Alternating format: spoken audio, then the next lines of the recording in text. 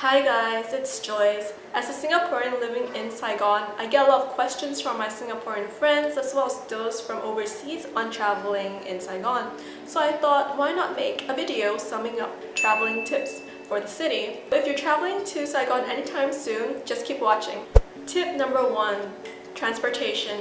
The most common transportation here in Saigon are taxis, buses, and seo, which are like motorbike taxis. Be aware of the fake ones though, because when they rip you off badly. I suggest you take Sun or Mylan for taxis.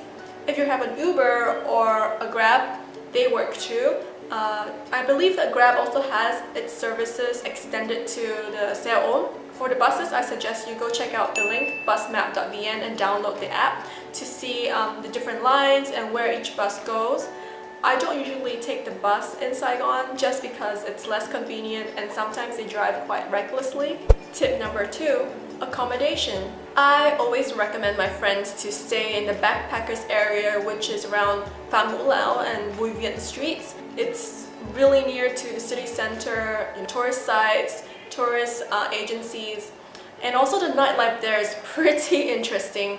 If you stay in hostels, that's even cheaper. But if you don't want to stay in the backpackers area, that's cool too. I suggest you stay in District 1, 3, and 5 just because they're more convenient. Tip number 3, internet. What is on everyone's mind when traveling? And surprisingly, Saigon is very well connected compared to Singapore. In the city though, not the suburbs. And you can access to Wi-Fi at almost all restaurants, hotels, cafes. Just ask them for the password. So really you don't need a 3G card unless you're on the go. Tip number 4, payment. Cash is still widely preferred as a payment, while most large malls, restaurants, and international brands, they do have card systems. You can't really expect the same for small street stores as well as local cafes. So just bring spare change. Some places don't even have small change for big notes, so bring some small changes, especially on taxis. They never return you when you give them big notes. Tip number 5, bargaining. I know most of you would come here to shop at the bazaars, at the markets, so just a heads up. You're gonna get ripped anyway. The rule of thumb is to actually bargain half price or 1/3 of the price. Tip number 6, traffic.